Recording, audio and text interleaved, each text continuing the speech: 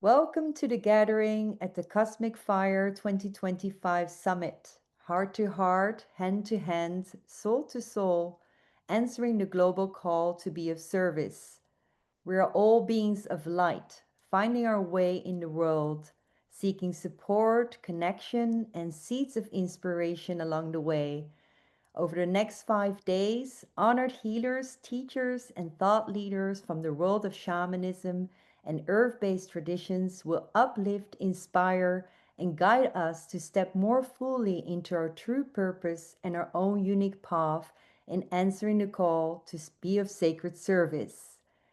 Each one of us is a carrier of wisdom and medicine, and the potential for change and healing in our world. Together, in unity and service, we can illuminate the way forward for our human family today and for all of our relations in the generations to come. This gathering is brought to you by Shaman's Directory, dedicated to bringing shamanic earth based services to the world's doorstep. Together, we are powerful medicine. I am Mayumi Beckers, one of your hosts at the Cosmic Fire, and I'm delighted to welcome Rosita Arvigo. Welcome, Rosita. It's wonderful to have you here. Thank you, Mayumi. It's a pleasure. I'm really looking forward to our interview. So am I. Mhm. And before we begin, for those of you who do not know Rosita, I would like to take a moment to let you know a little bit more about her. A wisdom keeper of Maya tradition and an ambassador of the plant kingdom, Rosita Arvigo is a native of Chicago, a naturopathic physician, herbalist, international lecturer, and author with a passion for the medicinal plants of the Americas and abdominal therapy. She has lived in remote areas of Mexico and Belize for more than 40 years. There she studied with many traditional healers, including Don Eligio Panti, the renowned Maya shaman of Belize, and midwife herbalist Hortense Robinson, both of whom were recipients of the coveted National Living Treasure Award. Rosita and her husband, Dr. Greg Shropshire, founded eShell, Tropical Research Center in Belize, an organization dedicated to the preservation and study of medicinal plants of the rainforest.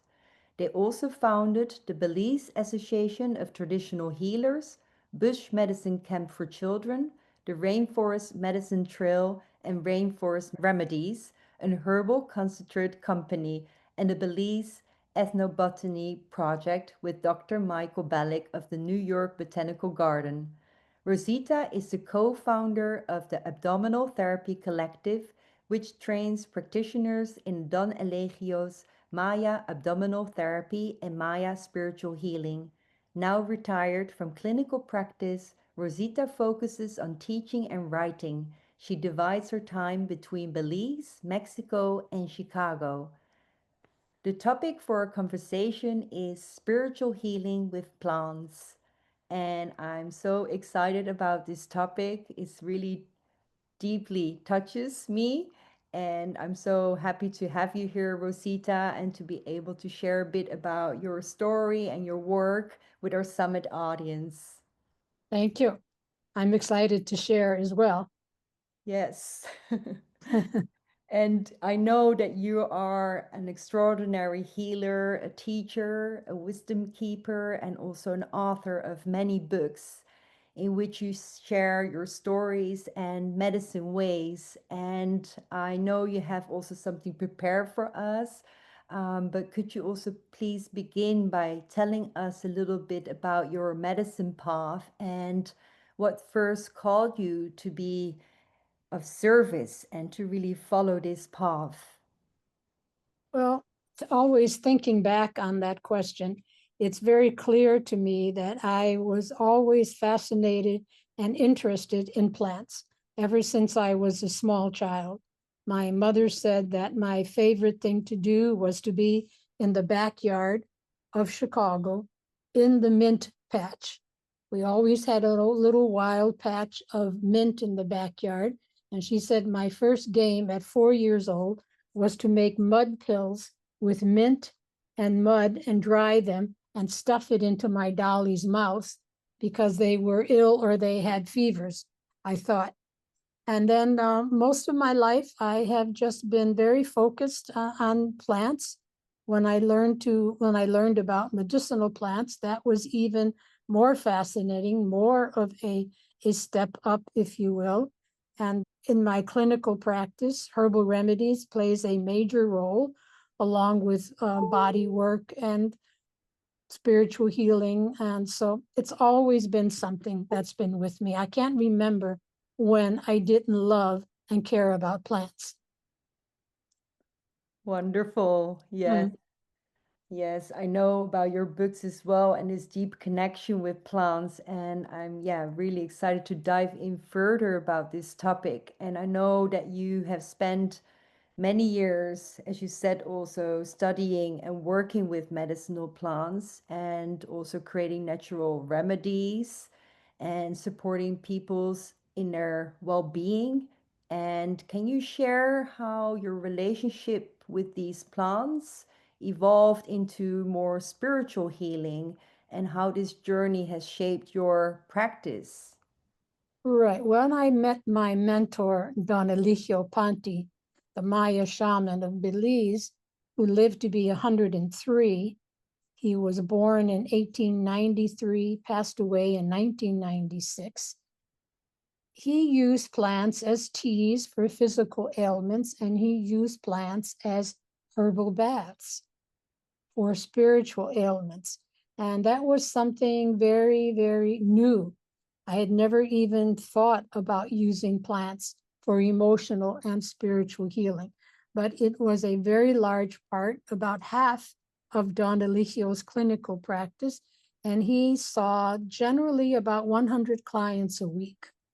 So even up into the age in his late 90s, he was very, very busy. And that was good for him to have an assistant. I joined him when he was 90, and I was with him until he was 103. And during that decade of his 90s, it was getting more and more difficult for him to do all the physical work that he did. So I collected plants for him, and the plants were used to make teas for tummy aches, baths for headaches, and baths for spiritual ailments. Spiritual ailments of the Maya are something actually that are common to all peoples of the world, like we think of PTSD. The Maya see that as a spiritual ailment. We think of it as an emotional issue. The Maya see it as a spiritual issue. And there are plants and prayers and baths that are used. So when I met Don Eligio and 13-year apprenticeship that I had, by the first year, it was clear that there is a completely different, deeper way to use plants for healing other than for physiological conditions, which are also important and wonderful. But to use them for physiology and for spirituality was quite a big shift and a boon for me. Yeah. Very interesting. And I Mm. know you will probably talk a little bit further about this. Yes. I want to ask you also if you have some stories or examples that you can offer about the spirituality of plants as like living light-filled beings and how they support us in our own healing and awakening. Yeah, our healing, I can tell you a story about the plants that exhibited their healing power and their ability to give courage. My very, very first day in Don Eligio's clinic, I went to visit him every single week for a full day for a year, asking and asking if he would take me on as his apprentice. It was always no. And finally, after a full year, to the very day that I first came to his clinic asking to be taught, I was able to get a ride there. So I arrived by 6 a.m. when usually I arrived around 10 or 11 because I had to walk 5 miles. So this day I got a ride, and I arrived at 7 a.m. He opened his door and he looked at me, and it was kind of a look of like, oh my God, she's here again. And I thought, well, I'm never coming back. This is the end. I certainly I have no intention of annoying this wonderful, adorable old man. So it's not working out. I have to accept that. And he said, I don't have time for you today. It's late. I have to harvest my corn. I've had so many patients. I haven't been able to get to my cornfield. So I have to go harvest corn. And I said, well, let me help you harvest your corn. And he said, you're from Chicago. What do you know about harvesting corn? I said, Don Eligio, I lived in Mexico for 7 years. I know how to harvest corn. Let's go. I'll help you. So he put one of those Maya baskets around my head. We walked an hour and a half. Now, Don Eligio was 90 years old at this time. We walked 1.5 hours to his cornfield. And when we got there, it was a mountainside. So we harvested corn all day long. And at some point, we were coming down the same row, coming this way and he's coming that way. And he looked at my pile of corn, which was equal to his pile of corn. And he said, are you married? And I said, yes, I'm married and I have 3 children. And he said, oh. And then later that day, we're up at the top of the mountain now. And because it's a high mountain, it's about 11 o'clock in the morning, been working all morning. And now the sun is just rising up over that mountain. And Don Eligio stands up in front of the sun. And then all around him burst into a medallion of glowing light. And he said to me, what is it that you want? And I said, well, if you take me on as your apprentice, I promise to work hard. I promise to take care of you. I'm a herbalist too. I can help you and I promise not to be a bother. And that's when he said, do you promise if I take the time to teach you, you will take care of my people when I'm gone? And so the very next week, I go back to Don Eligio's clinic, and now I'm the apprentice. I'm so proud of myself. I have a role, I have a function here. I'm not just hanging out, observing, as I had been for the previous year. Every once in a while, I might help him with a client who didn't speak Spanish. Sometimes I gave enemas that he didn't want to do. I always swept the inside floor and the outside patio, always collected firewood for him, what we call whittles firewood, meaning you walk around and you collect dry branches that fell off the trees. So this was the very first day that I was to be his apprentice, and the very first client who walked into his clinic on my first day arrived with 2 sons holding her up on either side. And she sat down, and when I stood in front of this lady who came from Guatemala, every hair on my body stood up. There was such a powerful, energetic exchange from her that was actually frightening. Don Eligio said she's possessed by the devil. The Prince of Darkness has her. And the story her sons told was that there was a boy in the village who wanted to marry her daughter. And the boy's parents said that her family was not worthy of their family, that he would be marrying below himself. When she heard that, she got quite, excuse me, she got quite angry. And the boy's mother sent her some food. It was she who said that about the family. So the boy's mother was quite angry. So the boy's mother sent her a plate of food that was contaminated with plants for witchcraft. And so ever since that moment, after she ate that meal, she had been going what looked like crazy to them. She was ripping off her clothes, but they also said the most frightening part was this deep, low male voice that threatened them. So they locked the poor lady in her bedroom. And when they locked her in, she just tore it apart like it was an army of men who could rip things and break things up.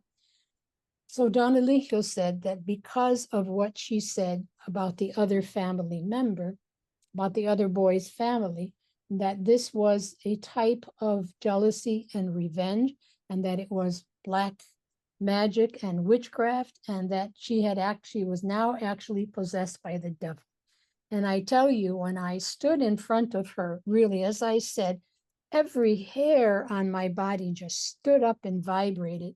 And ever since that day, when I'm in the presence of dark energy or spirits, that's exactly what I feel. I feel the hair on my arms standing up and vibrating. So Don Eligio told me to go to the little hut, start a fire, and he was going to make this tea called skunk root that he uses for that. So I made the tea and I brought it to her. And when I put the tea in her hands, it was in a gourd bowl, she looked at the tea. Until this point, she was not able to focus her eyes. And she was like blabbering, saliva falling down her face, and groaning in a deep, deep male voice. It was quite frightening, I have to say. So I gave her this tea to drink. And in the meantime, Don Eligio was surrounding her with copal, sprinkling her with lustral water, saying prayers. And I gave her the bowl and she went whoop, whoop, whoop. And then she handed it back to me and looked me in the eye, and a little tear fell down her face. And I thought to myself, I really want to run away. I want to get out of here. I feel so frightened by actually being in the presence of the Prince of Darkness. But that tear gave me strength and faith. So that night was my first night to sleep in Don Eligio's house. And lying in the hammock with a curtain between our two rooms, and lying there thinking, this is not what I signed up for. I just want to learn about medicinal plants. I don't really, the Prince of Darkness, oh my God, it's how scary could that be? So that night, because of sleeping in the shaman's house, dreams occurred a lot. It was a great place of engendering dreams. If you had a problem, you could go to sleep, think about it, and a dream vision would usually come from the Maya spirits. So this was the dream I had that night. Now, to treat this lady, Don Eligio used a lustral bowl, which I'm going to talk about later, of marigold flowers. That's what he was sprinkling on her. Copal, incense, and then the skunk root plant, and then rue. Rue, he mixed in a little bit of water and gave her that to drink. So I'm asleep somehow, and somehow it's around 2 o'clock in the morning, and I see myself in a dream. I know that I'm dreaming, and I see myself lying in the hammock with my face all kind of twisted and my body all tight and shrunk up like this, and I look really scared. And suddenly, all around me appear four angels. On my side, I know this is the angel of Marigold, and she is brilliant, brilliant golden light, sparkling golden light. And she's about 10 feet tall, and her wings are 10 feet wide. And she simply stands there, has nothing to say, but the light is intensely beaming. On my left, I know was the spirit of Rue. And Rue is brilliant, brilliant, emerald glowing green, mixed with little crystalline light.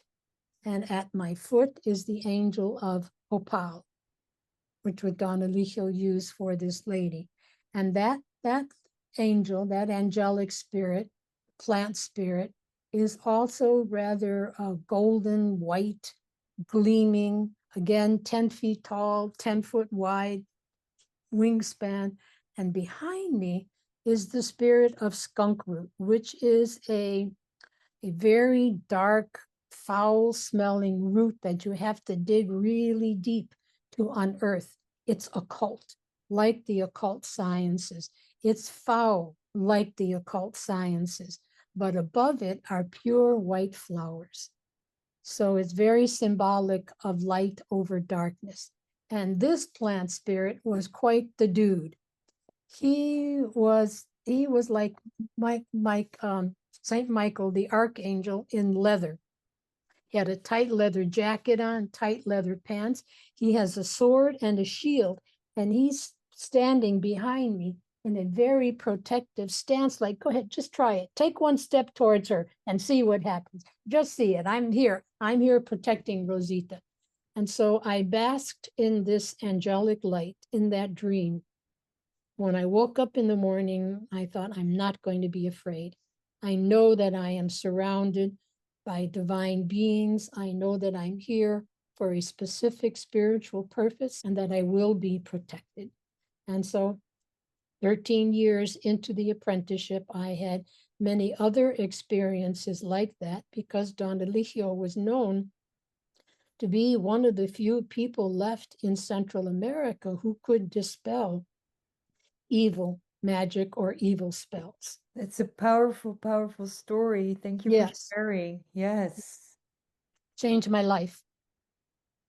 So this really made a big sort of leap for you It for was a leap. It gave me the courage that I needed to be of service Mhm. at this phase of my life.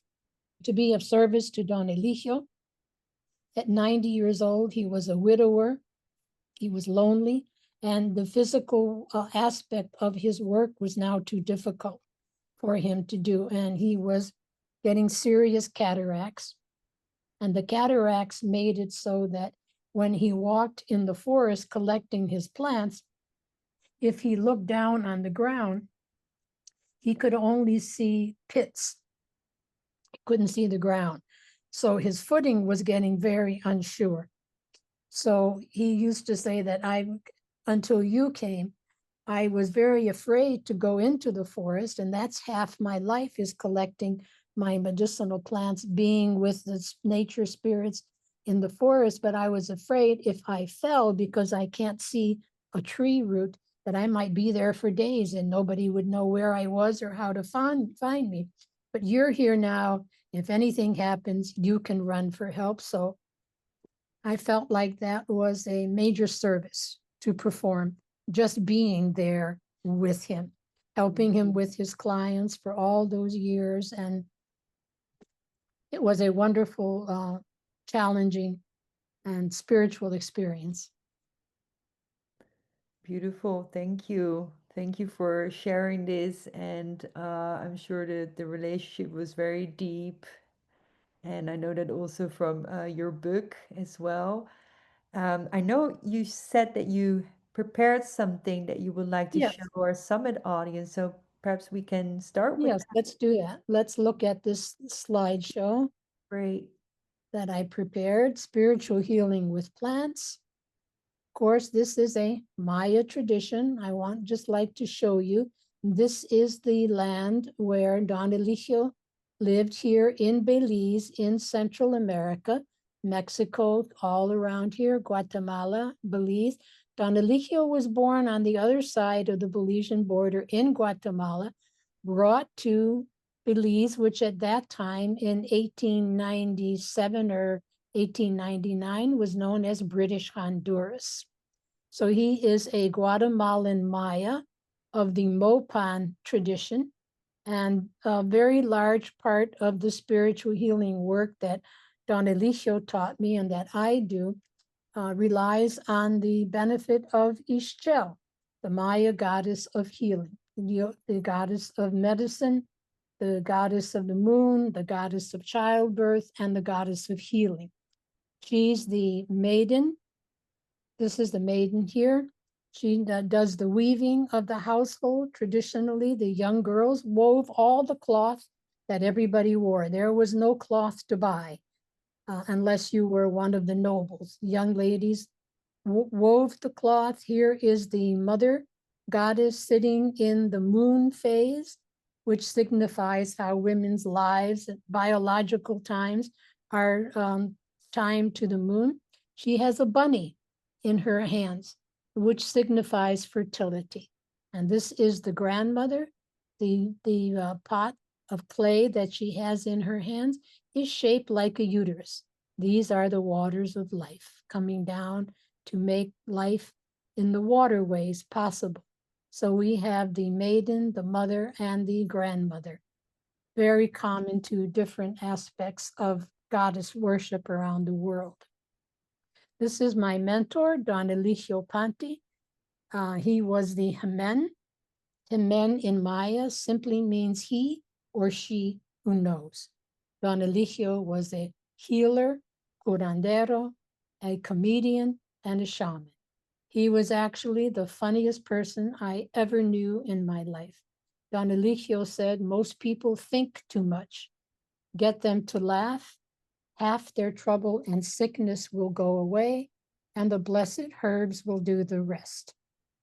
Here he's answering the question, who was your teacher? He's saying God was his teacher. He actually had only 1 month with his teacher in the Chiple camps of Belize in the 1920s. His teacher was Jeronimo Requena, who, interesting enough, was a Black Caribbean. He was not a Maya. He was a Black Caribbean. So Don Eligio's healing, I always thought, was a happy combination of the ancient Maya and the Caribbean people. This is his little house in the village of San Antonio. This is the house where I slept and had that dream vision. That is a little cement house. This is the house of sticks, and this is the house of straw, just like the three little pigs. This was his kitchen, and that was his house before his family built the little stone structure. Here, he and his wife lived, the way he said it, like two little kittens on a pillow for 75 years. They were married when she was 15 and he was 16. And they lived in these two houses, the kitchen and their little house where they slept and where his clients eventually slept after his wife passed away. So I wrote a book about my apprenticeship with Don Eligio. It's called Sastun. Sastun is the Maya word for a crystal ball. In Maya, it means sas is light and mirror. Tun is stone and age. So Sastun, or crystal ball, translates as mirror of the ages or stone of light. It was his divinatory stone and also the tool that he used for incantations, meaning for blessing and prayers. And this is me standing in front of, there's a river down here. This is my first day that I told you about, walking to Don Eligio's clinic. This is my little farm across the river in the 1980s. So what we're going to talk about today is the wisdom of water, plants, and prayer. So first of all, let's look at wisdom. What is wisdom? It is intuitive knowing. It is a gift of the spirit. Don Eligio knew things that nobody could teach him and things he couldn't teach other people. Simply, it is a gift of the spirit. That's wisdom. You have an intuition, which to me is like a call from the divine being, giving you guidance or perhaps stopping you, or just one word comes into your head, and that's the word that is speaking through your intuition. Water is a very blessed, sacred, holy element. It has memory, consciousness, and harmonic resonance, and even magnetism. We'll talk more about that, but water has the ability to remember what you are thinking while you hold it. Plants, like us, are spiritual beings in physical bodies. Prayers are vibrations of light that change and augment the flow of blood and energy. Prayer actually raises oxytocin and lowers cortisol. So we're talking about the wisdom of water, plants, prayer, and love. When we're doing spiritual healing with plants, the first thing we do is to stand in love.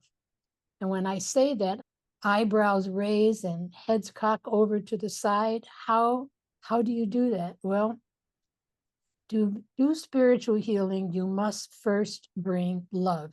You must emanate love. You must be surrounded by the vibration of love. In order to do that, we think of what is does it feel like to be unconditionally loved? What does it feel like to be unconditionally loved by another? When you're in that vibration, you are standing in love. And faith. Faith is probably, everything is important. Faith is essential. Don Eligio would say, I collect the plants, I chop and dry them, but it is faith that heals. So faith is belief without objective evidence. When we put all this together, water, plants, prayer, love, and faith, we do spiritual healing. So let's look at water first. Falling water, especially in waterfalls, gathers, absorbs, and remembers the energy of the earth, of the sun, the stars, the planets, and stones. Think of the Inca. The Inca in ancient days had a system at Machu Picchu where all who went there for healing had to bathe in a series of 7 pools that came from the top running down, pool after pool. At the top pool was a priest who had his hands and feet in the water praying. The next pool had a priest and a priestess with their hands and feet in the water praying. And down, down, down it went, priest and priestess, male, female, female, male, female. And that was the way that the supplicants for healing at Machu Picchu were purified. We know that Christianity has had baptism in holy water ever since Jesus dunked John in the river 7 times, bathing in the Ganges of the Indian people to remove all shades of negative karma from your body. Mitzvah of the Jews. Some people see that as something rather negative, that a post-menstrual woman needs to be cleansed. Actually, it is more of a spiritual renewal than it is a physiological cleanse. So a woman after menstruation, after childbirth, after any major event in life, in the Jewish faith, would go to the temple, and at the bottom of the temple, there is always a pool of living water. Living water meaning that it came from the rain, it came from a creek or a stream, and that they believe that it has the power to absorb all sorts of negativity and bring about renewal. The temescales of Mexico and Guatemala are steams, the sweat bath, that also is known to relieve us of our negative things that hang around us of guilt and fear and anxiety. And in the Bach flower system, there is a remedy called rock water, which is for people who feel stuck. Look at this water, how it flows endlessly.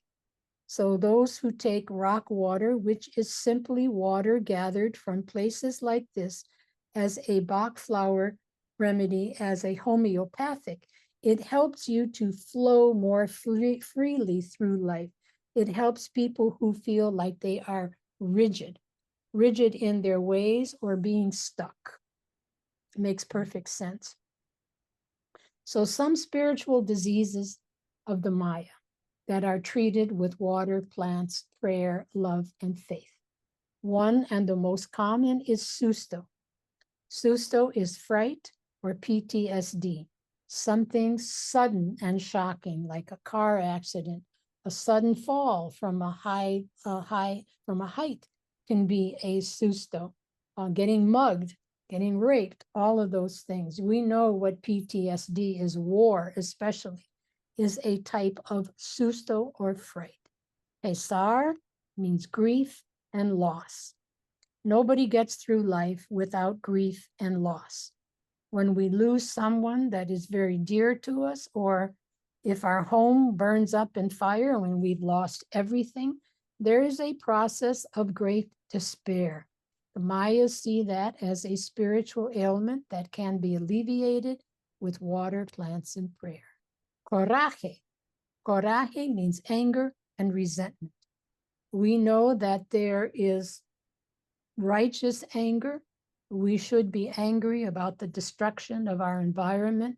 Some of us feel angry about the political atmosphere right now, and some of us carry resentment.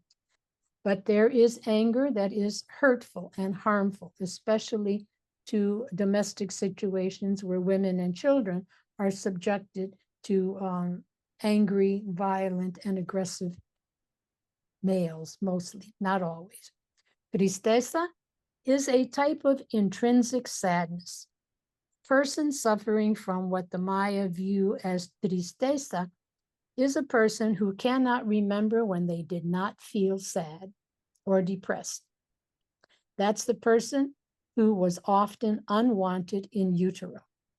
So they came into life without the normal blessing of light and love. The very first moment you are seen by your caretakers, you're flooded with love. Those who were unwanted or perhaps were born into an orphan situation will have this intrinsic sadness. Invidia is envy and jealousy. And that's what the lady that I first saw my first day in Don Eligio's clinic was suffering from, the results of someone else being very jealous and envy, and also anger and resentment. So we all, envy is a normal thing to all human beings. I'm of Italian family descent, and my Italian grandmother, Isola Carorini, always said, it's just natural and normal to feel envious of other people. But when you envy someone, you would say something like, I wish she had a more beautiful, I wish I had a house as beautiful as hers, and she had a more beautiful house. That way you offer a blessing and not a curse. So water, this man, Dr. Masuro Emoto, proved how water is changed after being exposed to prayer and classical music. This is a molecule photograph of a water molecule that was exposed to the words, you fool. And then these are molecules of water that were exposed to prayer. So you see the shifting. And now if at least 90% of the human body is made of water, when we say prayers with people, and I'll show you how that's done in the Maya system, this is what happens to the internal environment. Their water in the blood turns from this murky to this. Here again, this is how water responds to the words, you fool. Dr. Emoto froze the water, put it under the microscope, and this is what he found. After exposing that same water to music and prayers, this is how they look. They look like snow crystals, crystalline formations, which are, of course, much more positive to have running through your body than this type of murky energy. So plants, water plants and prayer, our favorite plants for healing are marigold, the Tagetes erecta, not the other pot marigold. That is a different plant known as calendula, but you can use that for spiritual healing as well. This particular is the marigold Tagetes erecta, the very aromatic one, called Flor de Muerto, flower of the dead, throughout Central America. It is the plant they offer to their deceased family members on the Day of the Dead throughout Mexico because it has the power to call the spirit back to the living. Zempazuchil in its ancient language, and in Maya, Ish Tipu. It means golden head goddess. And this is a plant spirit rendition from a Maya sculpture from 650 AD, showing a plant spirit emerging from an aquatic plant. In Don Eligio's words, plants are my very best friends. I adore them. And he always said, we must say prayers and give thanks to the spirit of plants. If we don't give thanks to the spirit of the plant will not follow you home to do the healing. And Don Eligio said, every time we collect plants to use for physical, spiritual healing, we must always say the prayer. We don't say the prayer of thanksgiving, the plant spirit does not follow. You may get chemicals, but you won't get light. In the name of God the Father, God the Mother, and God the Holy Spirit, I give thanks to the spirit of this plant, and I have faith with all my heart in your great power to heal the sickness of the people. And the water prayer, in the name of God the Father, God the Mother, and God the Holy Spirit. I give thanks to the spirit of water, and I have faith with all my heart in your great healing power to heal the sickness of the people. So the prayers were essential for healing and for preparing the tools for spiritual healing. And from Don Eligio, a statement, when we say the prayer of faith and thanksgiving as we gather our plants, the spirit of the plants follows you home. I collect the herbs, I dry them, I store them, hand them out to my patients. I do all this, but it is faith that cures. So this is how we use the plants and prayers together. So here we have a piece of Artemisia, the mugwort. There is a piece of basil, and under that is a little leaf of an orange tree. So we have three plants laid together in sort of a cross formation. The plants are placed over the radial pulse, like that.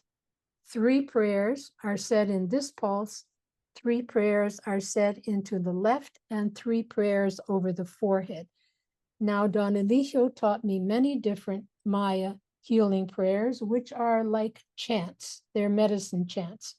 Not able to reveal all of those prayers in this setting, but any prayer that is meaningful to you. It could be the Our Father, the Hail Mary, a Hindu chant, any prayer that makes your chest feel like it does this. That's the best way I can describe the sensation when you've hit on a series of words that respond with you in a vibratory level. So the prayers are said holding these plants over the prayers, 3 in the right, 3 in the left, and 3 over the forehead. 9 was a very spiritual number to the Maya. It was the number of spiritual completion. All numbers in the Maya system from 0 to 13 were both gods and goddesses. So when we use numbers in prayers, when we use numbers in collecting 4 plants for spiritual healing, 9 plants for a bath, we are also calling on other powerful spiritual healing beings, other plant spirits. And here's what a spiritual bath would look like. This has 9 plants. Gave thanks to the spirit of water. I have faith with all my heart in your great healing power. As I collected these hibiscus flowers, I gave the herb collector's prayer. Here we have roses and basil, marigold, many different plants. There are 9. So they're put into a bucket and then mashed like this with your hands while you pray. It's very important that while we're making a spiritual bath with water, plants, prayer, love, and faith, we do not think about the problem. We do not think about the Prince of Darkness. We do not think about the envy, the sadness, or the PTSD. We only pray. And in that way, you have infused the plants by calling with prayer, and that calls the plant spirit. And in this way, you are also infusing every little droplet, every molecule of water with light. And then you may only use one plant. For instance, whatever is that you have on hand and whatever your intuition tells you on that day when you're preparing the plant. First thing I do is get my little basket and I say my prayer immediately. I give thanks to the spirit of the plants. And I go out the door and then I wait for an intuition to come to me. Should I do 4 plants for a bath today? 9 plants? No, Rosita, 1 plant today, only roses. And that's exactly what I do. So listening But that inner voice and that inner guidance is very important because we don't do the spiritual healing on our own. It's impossible. You cannot. We can only rely on the deity, the spiritual beings, our spirit guides who assist us because this is the work they were created to do. Basil is another wonderful, powerful spiritual healing plant. The Ocimum basilicum, albahacar in Spanish, cacaltun in Maya, and barley in Galician Creole. So basil is one of those universal plants that is both food, medicine, and a powerful angelic being for spiritual healing. Basil, rue, and marigold are my 3 plant allies. I use them in many different ways for spiritual healing. Whenever I leave my farm in Belize, I have my little amulet bag, and I'll always collect a little sprig of basil, rue, and marigold from my garden, put it into my amulet, and keep it with me until I step right back into the garden months later. And while I'm traveling, I can squeeze that amulet bag and breathe in the deep, deep aroma of the plants. My grandmother from Italy always swept her porch every day and the steps to the house with basil water because she said that kept away evil thoughts and envy and jealousy. Rue, rue is known as the herb of grace. Not many people use rue much in modern times. It's more of a European plant, and it does have high photosensitivity. So people of pale skin and blue eyes and blonde hair are often very sensitive to the uric acid that is in rue. So we try not to have it come in contact directly with the skin. It's fine to crush up and use into baths. I've never seen a negative response by using it in a bath, but I have seen that people who put the rue next to their skin while we're saying the Maya prayers do have blisters. So we have to be careful with rue, but still, she's one of my allies that I rely on a great deal for spiritual healing. And so this is what the spiritual bath looks like. This is in a class in Belize, and we are demonstrating how to perform a spiritual bath for yourself. A spiritual bath is called a lustration. What is a lustration? You can tell from the word luster that's in there. It brings light where there is darkness. It clears where there is confusion and suffering. Every droplet absorb what does not serve out of your auric field. The PTSD, the grief, the sorrow is all in your auric field. It's in your energy body. So when we flush the energy body with water, plants, prayer, love, and faith, this is what happens. It absorbs that energy and takes it back to the earth, and it's gone. The difference, the way people feel before and after a spiritual bath is something very astounding. And this is what it looks like doing for another person. Here's our bucket of water, plants, and prayer. Again, this is in Belize, and this lady is doing a bath for this person who is actually suffering from envy. She has a neighbor that is giving her a lot of trouble, and she feels like the neighbor is envious, and it's causing a great deal of havoc, even bad dreams in her life. So this is a spiritual bath, in this case, for fright and envy. And so we also add incense. Incense was a way of sending an offering to the divine being, to the Maya spirits in this case. Here's a painting from my living room of a Maya woman in Guatemala burning copal in an old rusty coffee can. So there are many different resins that can be used to burn as incense for spiritual cleansing and healing. Copal is what we use. Romero, rosemary, sage, cedar, Palo Santo, frankincense, and myrrh. They're all excellent for removing dark energies from the atmosphere of a human body or a home. And this is a lustral bowl. This is what I'd like you to walk away with today. I have one right here that I made especially for us with 9 marigold flowers. These are from my little marigold pot out on the patio. When I decided to make a lustral bowl, I stood in front of the plants and I thought, how many should it be? Should it be 1? Should it be 4? Should it be 9? And very, very quickly it came to me 9 flowers today. So I have 9 marigold flowers in this bowl. So a lustral bowl, again, it's the same lustration. It brings light where there is darkness. It clears where there is murky and confusion. Water, plants, and prayer, faith, and love. That's what a lustral bowl is. So these are some other lustral bowls from our classes on the wisdom of water, plants, and prayer. Here's one of roses and ylang-ylang flowers. This one is roses and the ruellia.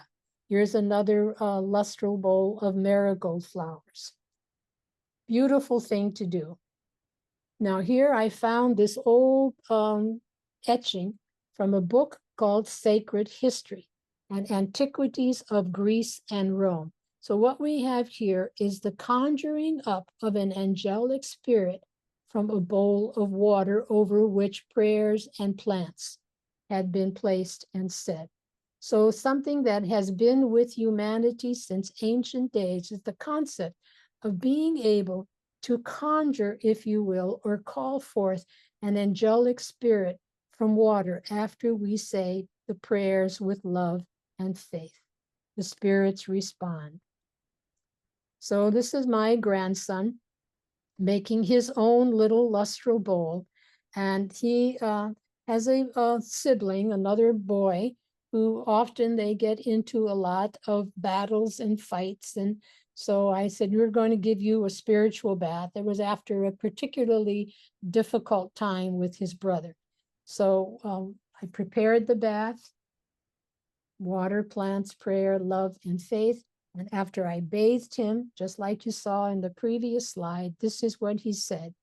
Now, Nana, everything, everywhere in the whole world is okay. And that really is how people feel after the bath. Everything, everywhere is okay.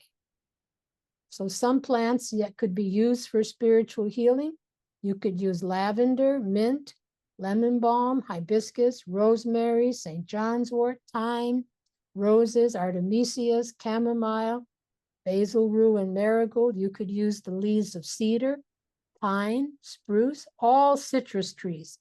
All the citrus and the rue are in the same family. Cottonwood, apple, peach, or pear leaves, and linden flowers. There are many, many more. It's endless. I have been able to use plants for spiritual healing that I had never, ever addressed before, like the golden flower, the goldenrod in the fall. I usually don't use that, but I called upon her one day for a spiritual healing, and she came through. So how could you use a lustral bowl? First of all, you're going to pour water into a bowl, and while the water is going into the bowl right from your tap, lucky for you if you have a creek or a stream, take water from there. And while you're filling the bowl, you simply say, I give faith to the spirit of water, and I have faith with all my heart in your great healing powers to heal the sickness of the people.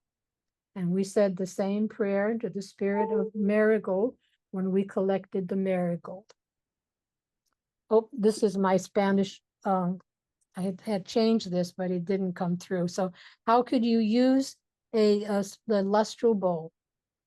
You can use it to give yourself a little blessings like this. Just take a little flour, dip it in the water, and sprinkle yourself as like a little quick emergency cleansing of your auric field, just like that, little driplets like that. It's good to have in the household as an energetic cleanse. especially if you're having a family reunion. We all know that sometimes family reunions can get chaotic and heated. So whenever I have a family gathering, I always make a lustral bowl and put it where it can be seen and appreciated. You can make it simply as an offering to Mother Earth. I might make the bowl in the morning and then pour it all the contents out in the afternoon around the garden, sprinkle it around my house as a blessing.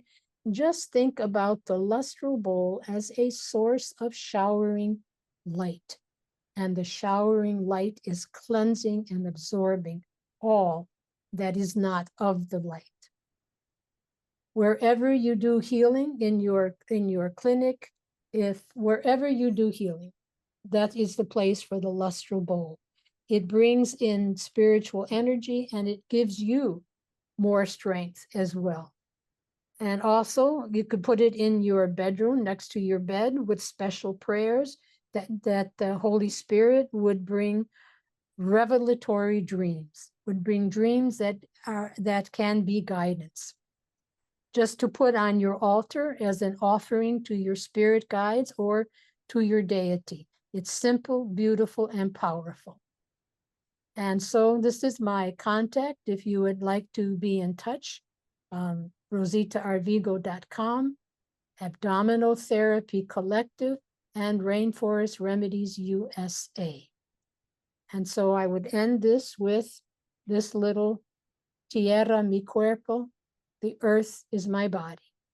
Agua mi sangre, water is my blood. Viento mi aire, the wind is my breath. And fuego mi espíritu, fire is my spirit. So thank you. Thank you, Rosita. That was really beautiful. Such a beautiful presentation and teaching, and so practical as well. And yeah, it's really wonderful to have this also for our audience to, yeah, bring this into their lives as well. Yes, yeah, very, very simple. And marigolds are easy to grow. Ishtipu, the golden head goddess. Wonderful. So, yeah, this is really, really helpful, I think, for every one of us. And I'm also inspired to do more of that as well. Hmm? Thank you. Lustral bowl is so simple, and children love to make lustral bowls. It's something they can do when they get home from school. They could do it first thing in the morning. And when you're really, really busy having a family gathering, that's a job for the children. And then teach them a simple prayer. For children, I simply ask them to say thank you. Simply saying thank you is enough every time you take the flower, and take the flower gently. No jerking and grabbing, because you wouldn't ask someone to do you a favor by pulling them by the shirt. You would approach them gently and respectfully. So if a child simply says thank you, brings the little flowers in, puts them in a bowl, and there is a spiritual offering for the household spirits and for all those who come, and to keep everybody calm and friendly. Yes, it's an effective way. Yes, yes, yes. So It, there's much more to say, but it's a 5-day class. I okay. tried my best to condense it down into an hour, but there is a lot more to learn, a lot more to say, and a lot more to feel. So Yeah, I'm sure there is. And of course, all of these plants and all of their, yeah, characteristics and healing, yeah, traits. There's of course a lot more to learn. And speaking of that, I would love for our audience also to know what your upcoming offerings are. Is there anything that you would like to share that is coming up for you? well, my next classes are in Greece and England. If you go to the website Abdominal Therapy Collective, I work through that organization, and on that website you can find where you can learn Maya spiritual healing, and the classes are around the world. There are 5 or 6 of us now teaching Maya spiritual healing, those who I trained, and and they are available in England, in Greece, in Germany, and US and Belize. So check out the website. You can correspond with the Abdominal Therapy Collective. If you have any questions, I'm rositaarvigo.com. Wonderful. Thank you. And Pleasure. I also want to let everyone know that you generously offered gifts to the audience, aside from this beautiful presentation, of course. Would you like to share perhaps what it is? Yeah, it's a video about my time with Don Alicio, and it shows goes through my experience over 13 years, and just there are living pictures of Don Alicio walking around collecting plants and saying prayers. So it's quite a beautiful piece that was produced lovingly with care and honor for our Maya shaman.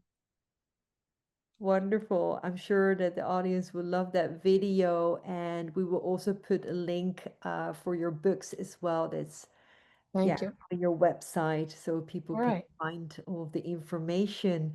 So for all of the viewers, please make sure to scroll down below this video, this interview, where you will find all of the links, how to reach Rosita and her work and how to follow her, as well as the links to the free gifts as well. So, well, for myself and also on behalf of Shaman's Directory, Rosita, I really want to thank you deeply for joining us in this summit and for sharing all of your wisdom and this beautiful medicine that you have learned throughout all of these years and that you're willing to share with us as well. So thank you so much. My pleasure. I enjoyed it very much. Me too. Thank you. And for everyone who's here participating and listening, we thank you for taking some time out of your day to join us here and receive all of this beautiful energy and wisdom and inspiration that Rosita has offered to us here today. And we hope to see you at our next interviews around the cosmic fire.